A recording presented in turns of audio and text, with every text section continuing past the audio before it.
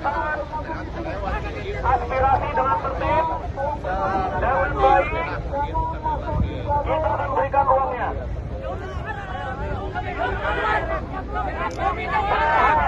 Ada tempatnya, silakan abang-abang, mbak-mbak semua, aspirasinya di tempat ini.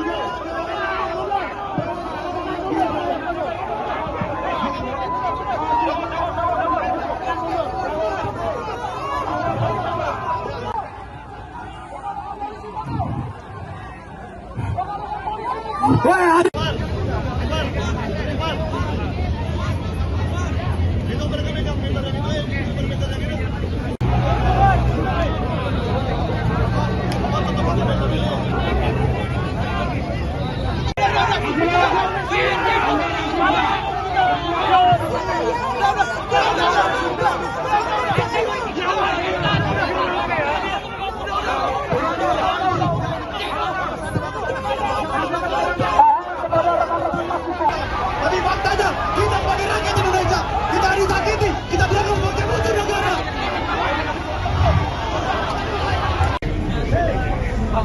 Adik-adik polisi, jangan ganggu kawan-kawan kami dan bangsa.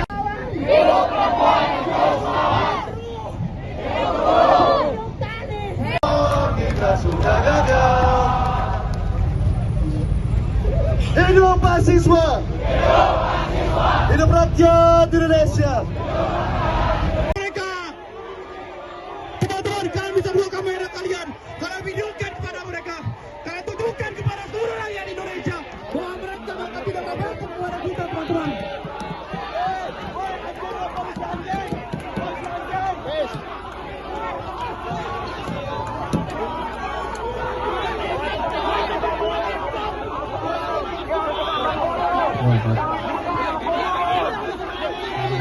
Teman-teman, di depan sana, kawan-kawan seperjuangan kita mengambil atrasitas, teman-teman. Mereka didorong, mereka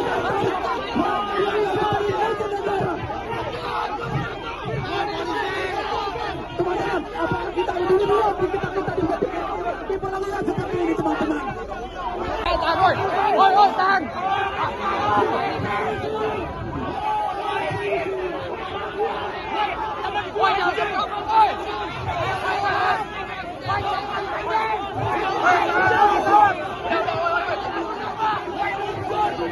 Awas, sampai pancing!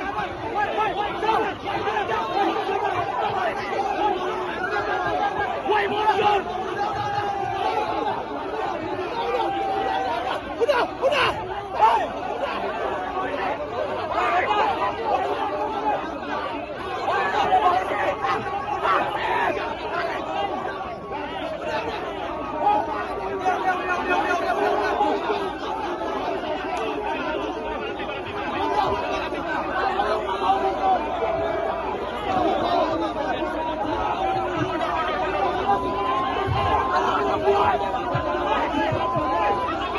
BEM UI menggelar aksi demo bertajuk Merebut Kemerdekaan di Bundaran HI Jakarta Pusat pada Selasa 18 Agustus.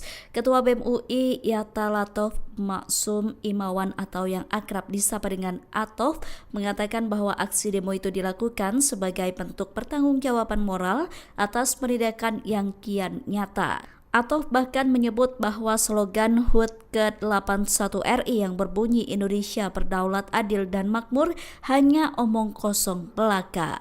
Atof mengingatkan bahwa negara sepenuhnya dimiliki oleh rakyat, bukan kelompok tertentu. Ia mengecam keras kolaborasi antara kekuasaan eksekutif dan legislatif yang dinilai bersatu demi melahirkan kebijakan tidak berpihak kepada rakyat kecil.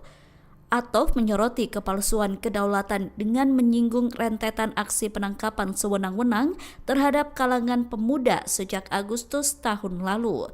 BEM UI juga menyoroti realitas pahit terkait kemakmuran rakyat yang dinilai makin sulit diraih, sebab fakta di lapangan mengatakan nilai tukar rupiah merosot hingga kelangkaan lapangan kerja yang berkualitas. Masa aksi demo BEM UI menyuarakan soal program prioritas Presiden Prabowo Subianto yakni makan per gizi gratis atau MPG. Mahasiswa menganggap program MPG telah gagal dan mendesak untuk segera dihentikan. Aksi demo memprotes pemerintah itu dilakukan oleh BEM UI sehari setelah peringatan HUT ke-81 RI, tepatnya Selasa 18 Agustus 2026. Selain BEM UI, Front Mahasiswa Nasional atau FMN juga turun ke jalan mengikuti aksi demo. Aksi demo tersebut awalnya ingin digelar di Bundaran HI, namun massa tertahan blokade aparat. Barisan aparat mengadang massa demo yang berjarak sekitar 1 km dari Bundaran HI. Mahasiswa tidak diizinkan menggelar aksi demo di Bundaran HI dengan alasan mengganggu ketertiban umum. Penjagaan ketat dilakukan oleh aparat di sepanjang Jalan MH Tamrin, Jalan Sultan Syahrir hingga Jalan Imam Bonjol. Di Jalan Imam Bonjol, sejumlah kendaraan taktis kepolisian terparkir di bahu jalan untuk mengantisipasi pergerakan massa. Karena kekacauan tadi saya ingin mereka kembali ke sini. Bukan karena saya takut, bukan karena saya nurut pada Anda, tapi karena bagi saya teman-teman saya lebih berharga. Karena saya tahu bagi Anda. Suasana aksi massa mahasiswa Universitas Indonesia bertajuk Merebut Kemerdekaan di kawasan Bundaran HI Jakarta Pusat pada Selasa 18 Agustus memanas ketika aparat kepolisian menghadang rombongan mahasiswa di depan Plaza UOB. Ketegangan bermula pada saat massa aksi meluber hingga jalur khusus Transjakarta, menyebabkan antrian panjang hingga 5 bus. Polisi kemudian meminta mahasiswa merapat ke jalur yang telah disediakan agar arus transportasi tidak terganggu. Namun Wakil Ketua BEM UI Fatimah Az-Zahra yang berada di atas mobil komando menolak disebut sebagai orator. Ia menegaskan bahwa mikrofon yang digunakannya hanya untuk mengatur barisan agar tidak terhimpit. Dalam momen yang menegangkan itu, Fatimah meminta aparat memberi ruang bagi mahasiswa untuk mengatur barisan. Meski langkah mereka tertahan kurang dari 1 km dari Bundaran HI, ratusan mahasiswa tetap bertahan di depan Plaza UOB. Jalanan MH Tamrin pun berubah menjadi panggung orasi dadakan dengan gelombang mahasiswa tambahan terus berdatangan. Sorakan buka jalannya menggema, mendesak aparat membuka akses menuju Bundaran HI. Di tengah rapatnya barisan bendera kampus dan spanduk tuntutan dikibarkan, di antaranya bertuliskan usut tuntas korupsi MPG dan turunkan harga BBM. Gesekan verbal antara mahasiswa dan aparat semakin jelas ketika Mapolres Metro Jakarta Pusat, Kombes Reynold Hutagalung turun langsung ke lapangan. Perdebatan sengit terjadi menambah panas suasana di jantung ekonomi ibu kota. Imbas dari aksi ini, arus lalu lintas di Jalan Jenderal Sudirman menuju Bundaran HI tersendat dan polisi menutup sejumlah akses persimpangan dan mengalihkan kendaraan untuk mengurai kepadatan. Hingga berita ini diturunkan, massa mahasiswa masih bersikukuh menyuarakan aspirasi mereka, sementara aparat bersiaga penuh dengan pendekatan persuasif agar eskalasi tidak semakin memanas.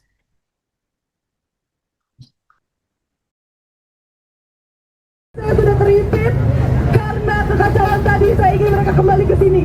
Bukan karena saya takut, bukan karena saya nurut pada Anda, tapi karena bagi saya teman-teman saya lebih berharga. Karena saya tahu bagi Anda nyawa teman-teman saya ini tidak ada artinya.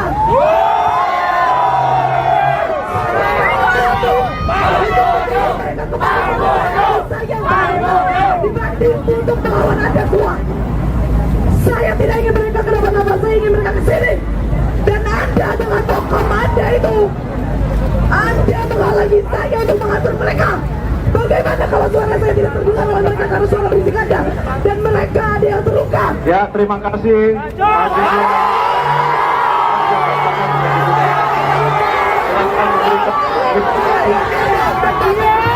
Ya, dengan semua kampus ada 3 kita yang diberikan ke orang tua kita.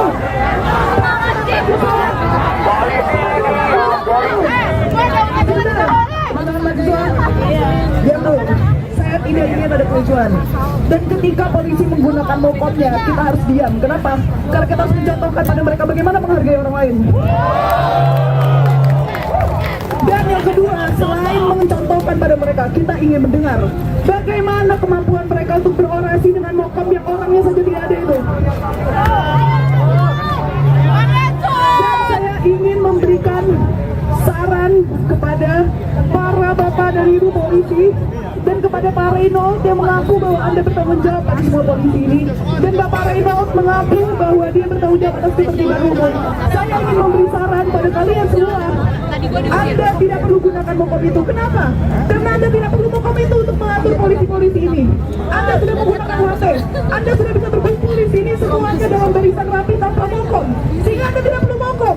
Karena mokom yang Anda lakukan itu hanya memprovokasi massa. Saya tidak ingin massa saya diprovokasi oleh mokom jelek Anda itu. Saya dan mahasiswa tidak ingin ada provokasi. Oke? Jangan provokasi mereka dengan mokom Anda, apalagi dengan perkataan yang tidak penting. Sekian, terima kasih.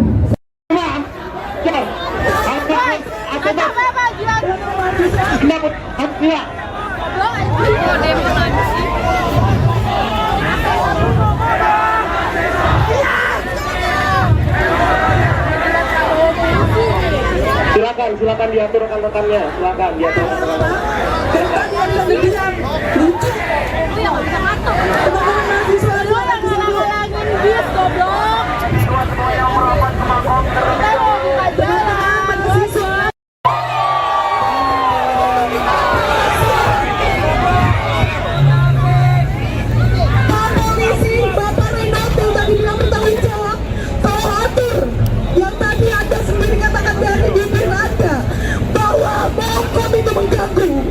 Bapak Reynold, tolong atur. Saya dari tadi berdiri menggunakan mic, saya bukan orator. Bapak tadi mengatakan saya orator, saya bukan orator. Saya memegang mic ini untuk apa tadi? Karena saya melihat teman-teman saya sudah terhimpit. Karena kekacauan tadi, saya ingin mereka kembali ke sini. Bukan karena saya takut, bukan karena saya nurut pada Anda, tapi karena bagi saya teman-teman saya lebih berharga. Ini tidak ada artinya. Saya mengkritik untuk mendorong mereka kembali karena saya lebih sayang pada mereka dibanding untuk melawan Anda semua. Saya tidak ingin mereka kenapa-napa, saya ingin mereka ke sini. Dan Anda dengan tokoh Anda itu, Anda menghalangi saya untuk mengatur mereka. Bagaimana kalau suara saya tidak terdengar oleh mereka karena suara berisik Anda dan mereka ada yang terluka? Ya, terima kasih. Hah? Iya, Yogi. Iya. Itu harusnya Dan yang belakang itu di sini.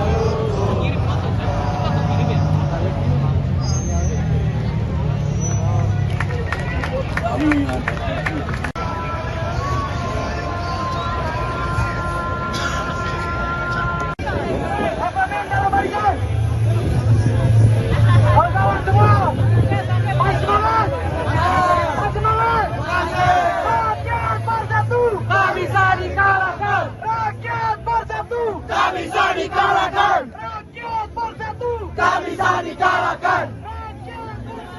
Tak bisa dikalahkan.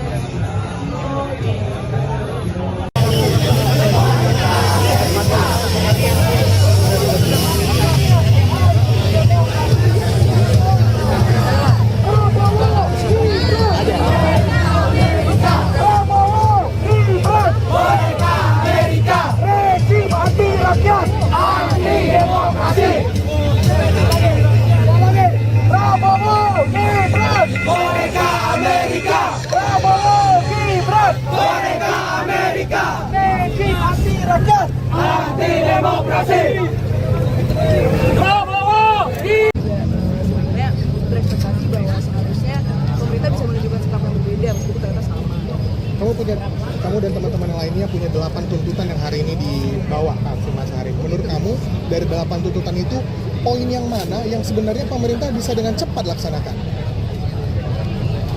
Menurut saya sebenarnya ya mungkin ini akan terdengar agak basi karena udah berkali-kali kita sendiri juga capek ya semua ngomongnya. Cuma menurut kita sebenarnya yang paling utama banget harusnya program MBG sih, karena saat ini mungkin bukan paling mudah untuk langsung diselesaikan ya, tapi menurut kita itu yang paling wajib karena itu udah langsung berkaitan dengan nyawa gitu kan.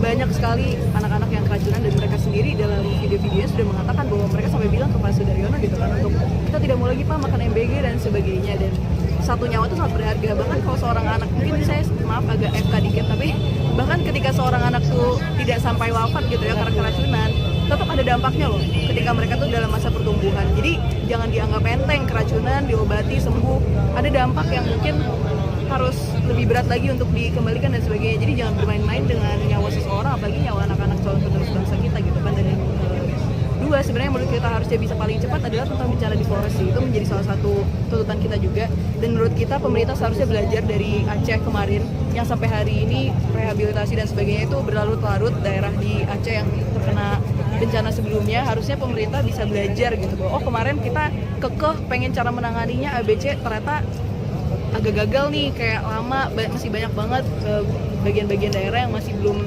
kembali seperti semula dan sebagainya. Ketika ada bencana lagi, mereka harusnya belajar kira-kira harus seperti apa supaya ini penanganannya bisa lebih cepat lagi, bisa lebih segera kembali seperti semula dan sebagainya. Menurut saya dua itu sih. Dan dua question. Terima kasih Ya, atas waktunya.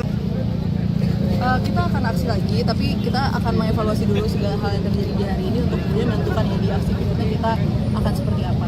Meskipun tadi sih saya sempat bilang di kesempatan sebelumnya bahwa kita sebetulnya yang harus berpikir setelah ini harus apa itu adalah pemerintah, karena dengan kita 2 kali tidak bisa ke Bundaran HI, pemerintah yang dipertanyakan karena mereka selama ini selalu mengatakan bahwa mereka mengizinkan kita untuk ya berpendapat dan sebagainya, tapi kenyataan kita masuk ke Bundaran HI 2 kali tidak bisa. Artinya mereka sudah 2 kali membuktikan bahwa apa yang mereka katakan itu tidak sesuai dengan kenyataan, sehingga setelah ini kita harus sama-sama bertanya gitu kepada pemerintah, setelah ini kalian akan seperti apa nih ketika ada aksi mahasiswa menanggapinya. Oke, makasih ya. Makasih banyak. Boneka Amerika. Hari Konstitusi Republik Indonesia, kita sedang berhadapan dengan sebuah perayaan melainkan sebuah pertanda bahaya. Republik ini sedang mengalami disorientasi moral, politik, dan hukum yang teramat berat. 81 tahun lalu, sang proklamator, Insinyur Soekarno yang berdiri menegaskan kemerdekaan bangsa ini di atas cita-cita luhur membebaskan manusia Indonesia dari segala bentuk penindasan dan kemiskinan. Konstitusi Undang-Undang Dasar 1945 disusun bukan sekedar sebagai dokumen seremonial, melainkan sebagai kontrak sosial antara negara dan rakyat untuk mewujudkan keadilan sosial bagi seluruh rakyat Indonesia.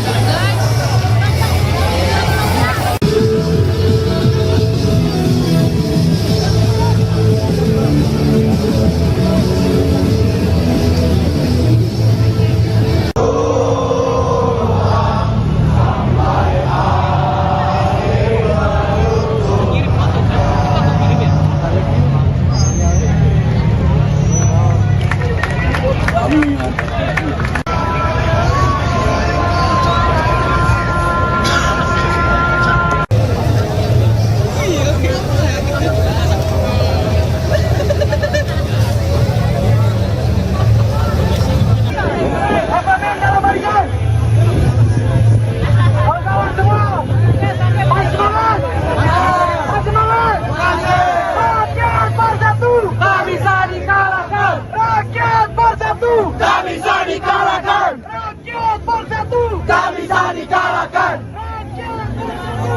bisa dikalahkan.